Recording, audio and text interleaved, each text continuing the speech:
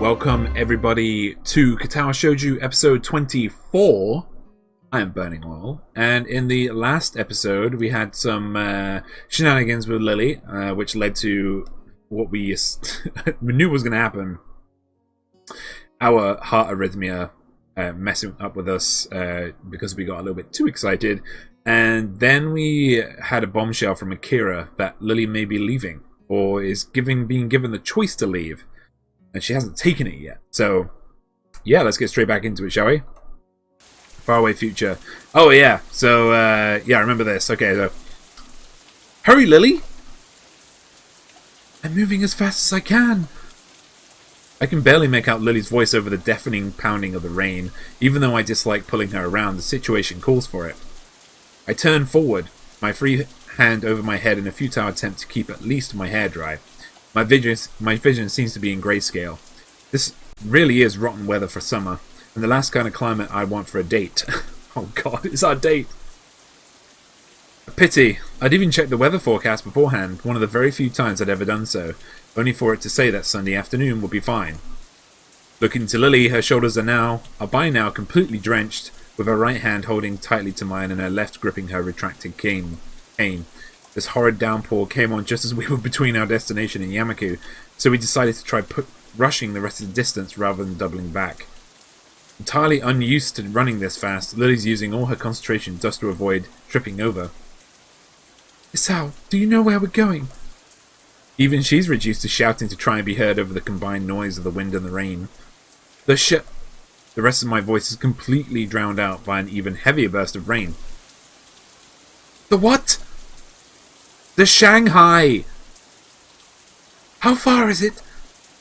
It shouldn't be far now. Doesn't take long before I call out to her once again. It looks like we're safe. It's just up ahead. I quickly pull up to a stop just in front of the familiar exterior, the lantern outside still giving off its reliable glow, and wait for Lily to catch her breath before going in. Ladies first. The tiny bell inside rings out when I hold the door open for her, a smile and a polite nod being my reward before entering myself. As I step in behind her and wipe my feet, only a quick glance is necessary to notice the distinct lack of activity. The Shanghai doesn't seem to get much in the way of patronage, and today is no different. Only a couple of tables are occupied. Summoned by the bell's ringing, a most expected person comes to greet us. Welcome to Shanghai! Yugo looks chipper today. Trying to predict her moods is pretty hard, but it's a nice change from the norm. Hello, Yuko. Hey. Good afternoon, you two. She takes a deep bow, somewhat taken aback as she rights herself again and gets a better look at us. What happened to you two? You both look... Her eyes drift towards the glass of the door behind us. Oh dear. We're inside now, at least. I think that's the most important thing. It's nice and cozy. You're lucky to be working inside today. It's been nice and quiet. I like days like this.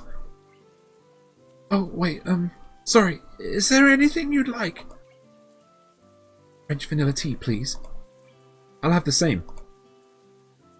Right, coming right up.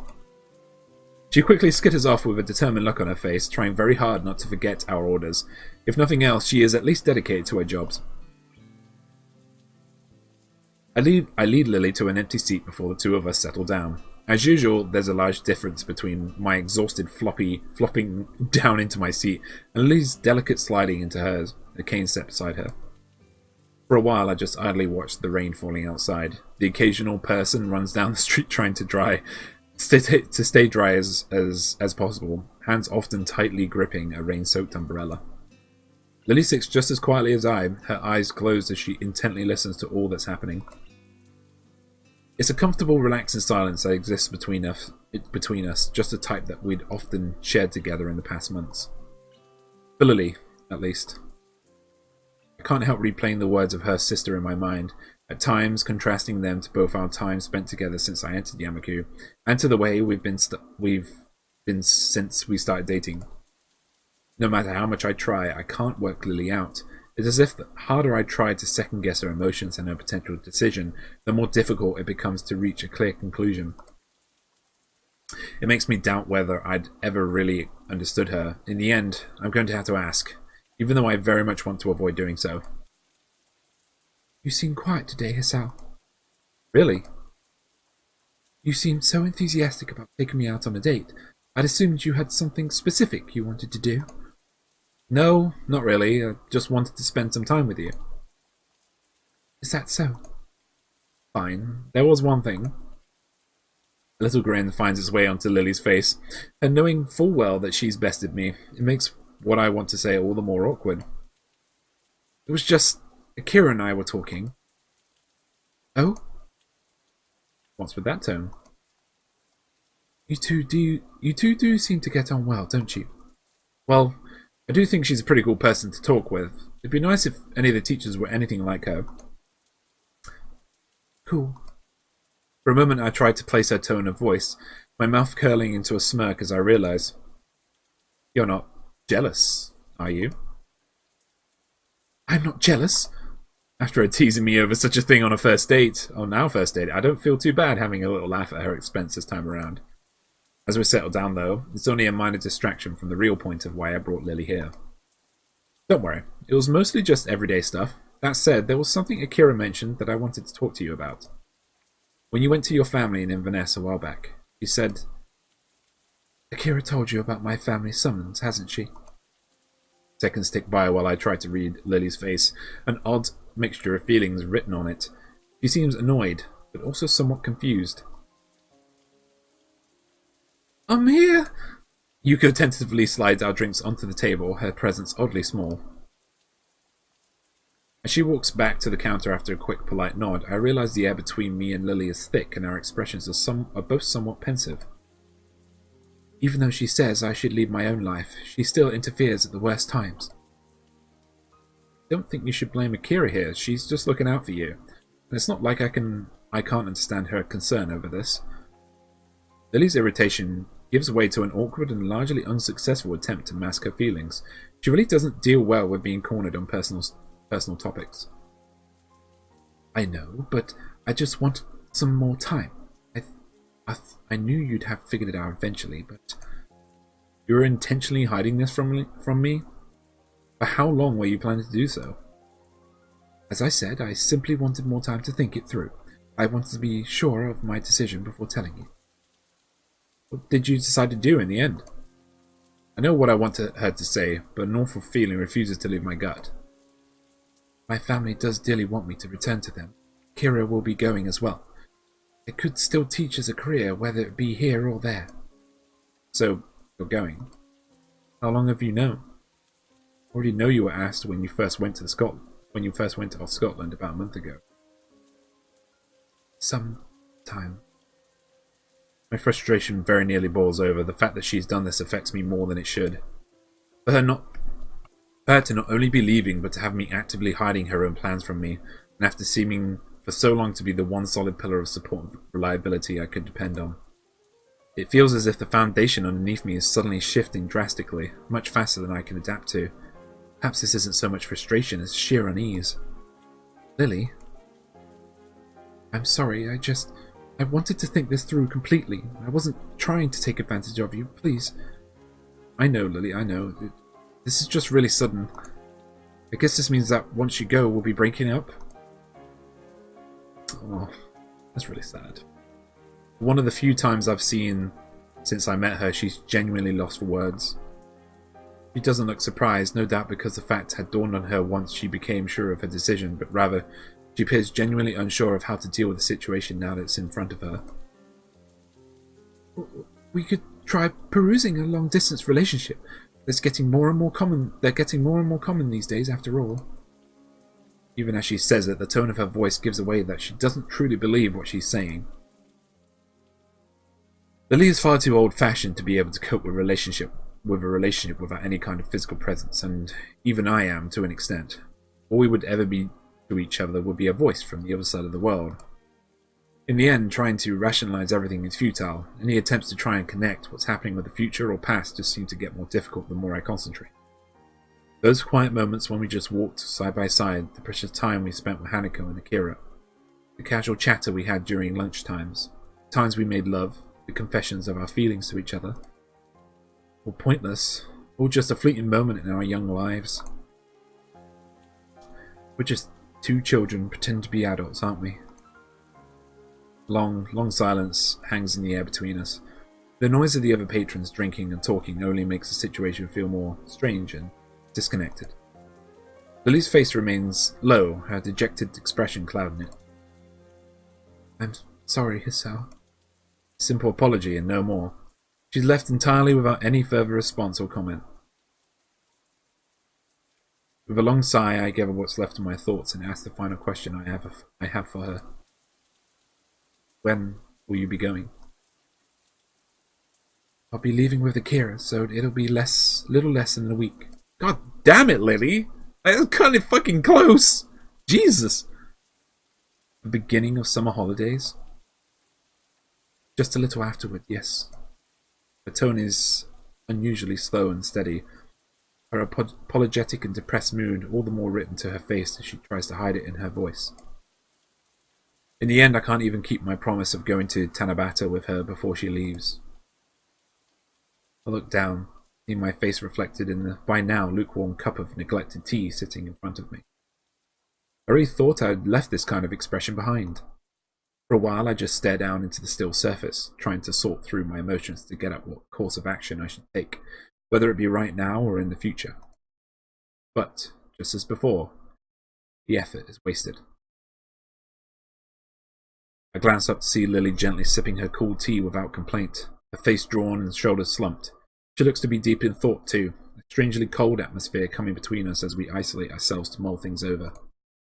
Even as Lily's cup slowly empties, mine remains untouched. It's a long time before I notice the rain dying down outside, and the few other patrons of the Shanghai having left.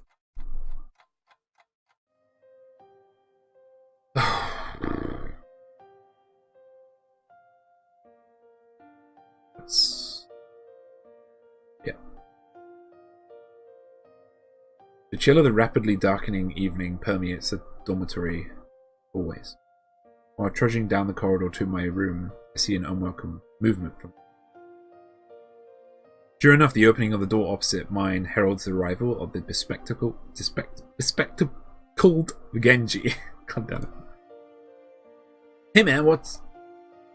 Whoa dude, you look awful, I think. You okay? I really have a knack for making any situation better. He really has a knack for making any situation better. I don't really want to go into it. It's like... Okay, that's cool. If you ever want to talk about it, I'm here. I look at him for a moment before surrendering my stern front and awkwardly scratching the back of my head, embarrassed by my standoffish response to him. Thanks, Genji. Hey, it's cool. That's what friends are for, right? Yeah, you're right. See ya. I open the door to my own dorm room and close it behind me as he quickly waves me off. The solid thud the door makes against the door frame sounds out a final call for the life I've led since coming to Yamaku. I just stand in my darkened room, fruitlessly attempting to work out what I should do from this point onwards. What should I do? I think we've all been in this situation, haven't we? Long distance does not work. Unless you're in money or you have a career. As class ends, I simply rest my head on my hand and stare out the window to pass the time. It's been a few days since Lily told me her plans. I haven't been to our ordinary lunchtime haunt since then. Not that there would be much point. Hanako's been busy with the newspaper club she's newly joined, and has even begun talking in class with Naomi every now and then. Even Lily, aside from the fact that a meeting between us would have been awkward in any case, has been run off her feet with class representative duties as the summer holidays approach. And now they're just about here, with the end of today's bell, the summer holidays will have begun.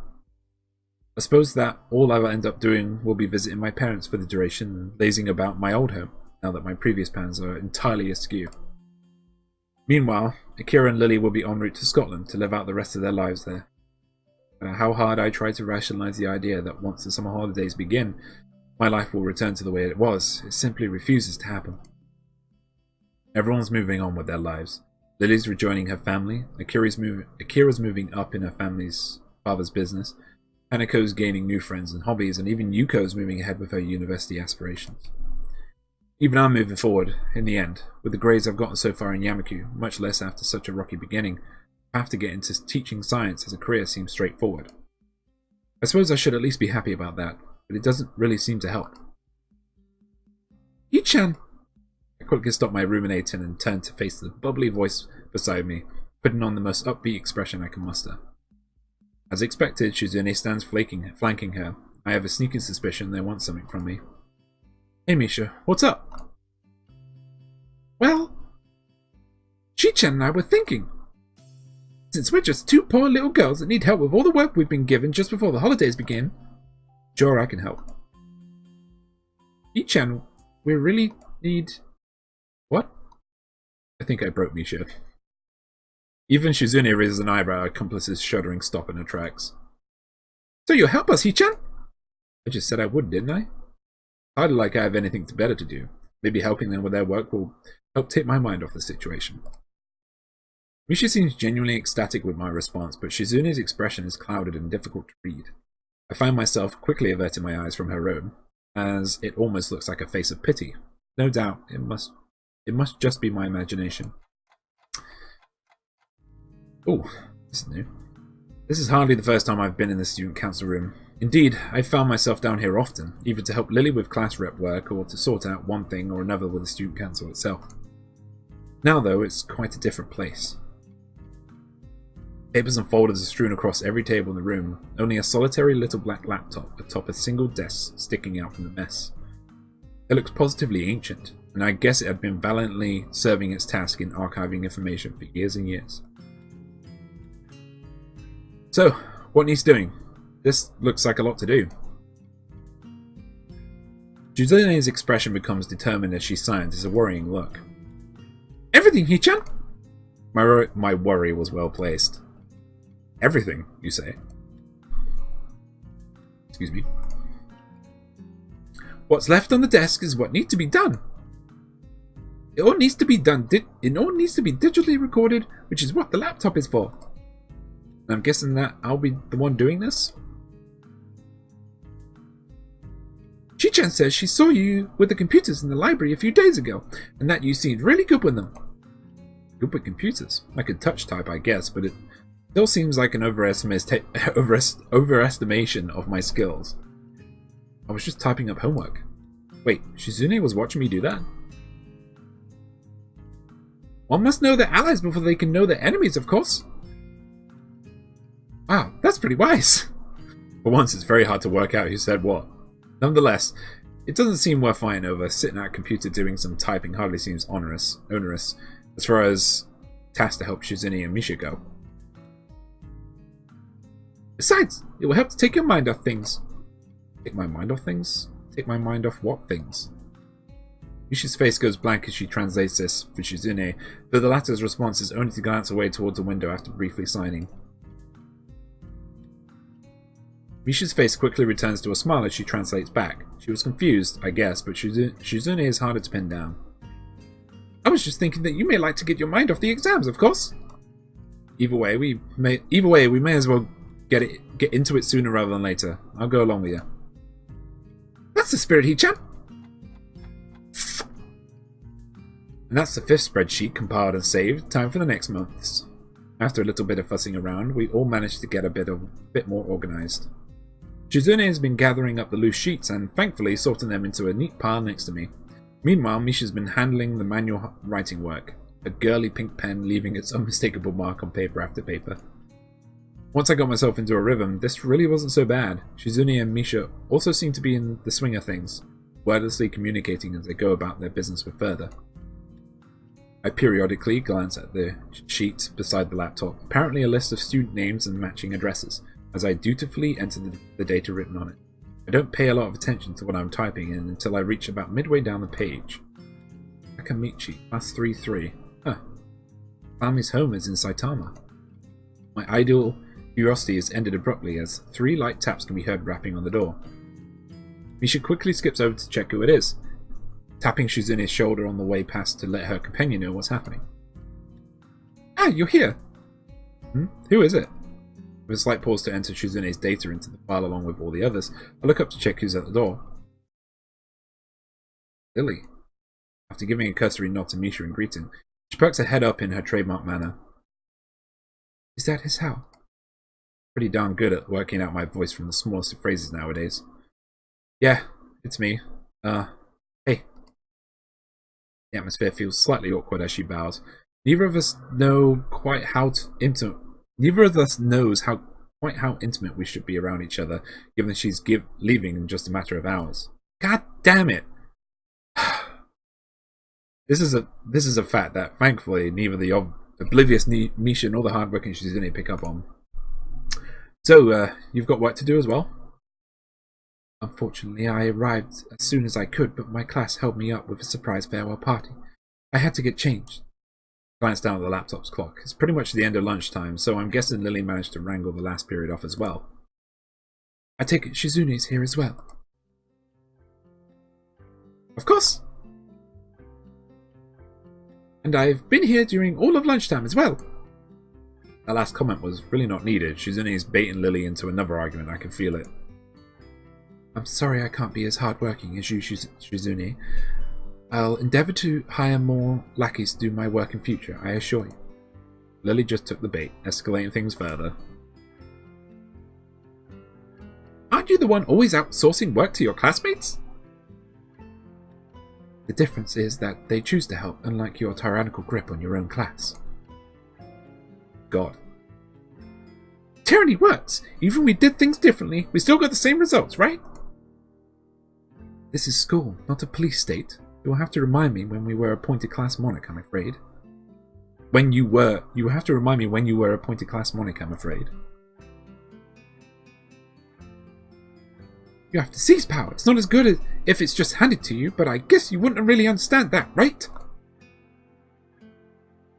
You'll also have to remind me when monarchs were elected into their positions. Lily positively bristles at this. Shizune's two-hit combo forces her into defense. Yet for all your vaunted power, you cannot get one person to help you without forcing him. But Hisao volunteered. He's such a hard worker, he's doing this instead of meaningless socialization, right? Is that so, Hisao? This is bad. I really ended up between a rock and a hard place. As much as it may pain me to do so, the truth has at least a chance of stopping this argument here and now. It's okay, Lily. They didn't harass me to come or anything. Lily gives me a disapproving grimace, slightly radiating her strong feelings of displeasure in my general direction. She can be quite scary when she wants to be, though thankfully that isn't often. Hichan, you make that sound like it's a regular occurrence. It isn't. In the end, it doesn't matter so long as everything's getting done at a good pace. Just get this work over. Let's just get this work over with so we can go home. Shizune snorts derisively and gets back to marking off the sheet in front of her, while Lily sighs and finds her way along the room with her, and following the filing cabinets lined along the wall.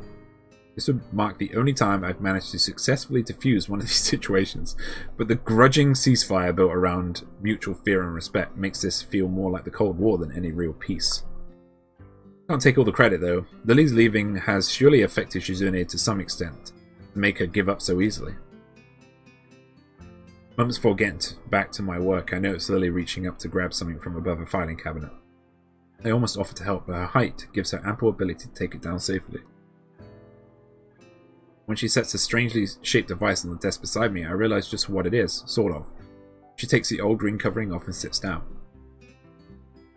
First glance, it seems to be an old metallic blue typewriter, but it doesn't take me long to realize it's far from ordinary. There's far fewer keys than expected, and those it has show no lettering printed on them. Only the shadows cast by the tiny braille dots on them give a hint to the thing's purpose. A blind typewriter. Oh, this. Well, you're not far off. It's normally called a Perkins braille, but it's basically a typewriter for the blind, yes. It presses braille into the page rather than text, which is why it has fewer keys. Huh, that's really neat. She gives a light-hearted grin at my curiosity over it, but I have to admit that it appeals to my sense of novelty. Without further ado, we each get back to our allotted tasks. The loud clunking of the mechanics in Lily's brailler and the tapping of the laptop's old and weary keyboard quickly fill the room. It's a nice atmosphere, really. Everyone knows what they have to do, and Lily and I get to sit beside each other and exchange the odd look as we work away. Odd word, sorry. Not the look. She can't look at anything. Nostalgic. That's what it feels like. It's pleasant, but just slightly stained with the knowledge that our time together is nearing its end. Excuse me, Misha. To properly address her, Misha bounces over from the filing cabinet she's peering into. Despite Lily's lack of sight, for a moment I think it's strange, but then realise it's exactly what I do. It's exactly what I do. What's up? Could you ask Shizune where the attendance records for Class 3-2 are? I think they've been moved. Okie dokie! With that, she flitters off to Shizune, who's working at a table behind us. Lily's familiarity with the council room and the efficiency with which she works remind me that she, Misha, and Shizune used to all work together in student council. Maybe this is a fitting end for her stay in Yamaku, working away just like she used to, surrounded by those she loves, and at least liked. I look up, getting taken off guard by Shizune sorting through a drawer, rather than Misha. Sure enough, she plucks out a manila folder, entirely blank save for just barely visible bumps on its front, and holds it in front of Lily. Lily's hand flits over to check what it is, her fingers feeling out the dots of braille and confirming it is what she asked for. Thank you, Misha. No reply. No reply. That is, save for an odd grin. No, smile on Shizune's face. Aww. The seconds pass before Lily clicks that it isn't Misha behind her, but Shizune. A momentary look of surprise is replaced by a slightly bashful smile. Screenshot! This is a screenshot, guys. This is a screenshot of the gift. Here we go. For a few moments, the room is all but still and silent. Eventually, though, Shizune strides back to her workstation and Lily begins typing once again. It only lasted a handful of seconds in all, but it feels like years of communication were made up for that one silent exchange. There, finished. Lay my head back and rub my eyes to try and work away their weariness. Staring at the small and rather poor screen has taken its toll. Excellent timing. The only thing left is to file these away, and I'll have my workload finished as well. Good. I can pack up the brailler and put it away while you do that. Thank you, Hisao. Misha, are you and Shizune far from being done? Look around for the two as I replace the cover over the brailler, only to see them waiting at the door. I guess they must be waiting for us. With a minimum of wasted time, we file and pack up everything that remains and join them. But okay. Thanks for waiting, you two. We couldn't just take off without you, Hichan. You've been a great help. Shizune nods approvingly, pleased with my efforts. I guess that's the last representative work done and over with then. That's right. I'll miss you, Lily. I think it was fun working with you. Thank you, Misha. It's been good working with you and Shizune. Shizune thinks for a moment before formulating her response.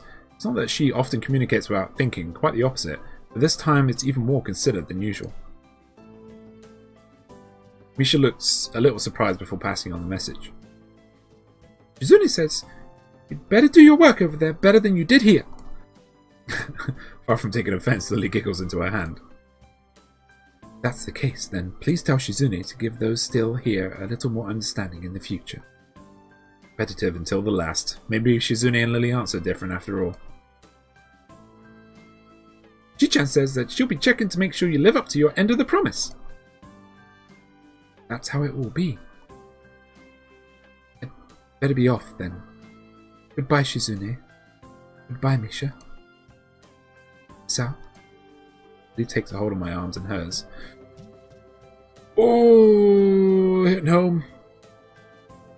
There being no need for a cane if I'm here to guide her. With a nod of farewell to the two, we set off out the door and make our way to the school grounds. As I turn to wave goodbye to them, I notice Shizune's gaze lingering on Lily. They may annoy each other, but family bonds aren't easily broken. Got all your papers sorted then? Yes, they've all been filled out and handed in. On top of things as always, aren't you? gives an earnest smile at the compliment, but it feels as if her happiness is just a veneer of the fact that she's fully aware of how much she's leaving behind. Reminds me of how she was like when I first met her, always smiling, always that little bit aloof, always that little distance away from everybody. Even now, she still remains that air around many others, especially those she's not close to. I'd hoped that our time together would have changed that fact. Pace slows, the two of us coming to a halt in the orb-empty school gardens. But I'm going to end the episode here. I have a feeling we're grinding to the end, but it could go further. So anyway, guys, thank you for watching today. This has been a heart-wrencher. I didn't expect her to go. Really didn't expect her to leave. Yeah. But yeah, guys, I will see you tomorrow for episode 25. If you have any positive or negative comments to make about this video, please let me know so I can improve them. If you want to help me out, just give it a like and a share. It really helps me out to know that you guys, like the videos, with the likes and stuff, and sharing gets out to other people if you think they would enjoy it. Yeah, and if you have any other games that you could recommend to me that are similar to this, as I am very new to visual novels, please let me know, or games that are similar to this as well, like storyline based, Yeah, I will see you tomorrow, guys. Anyway, Owl is out.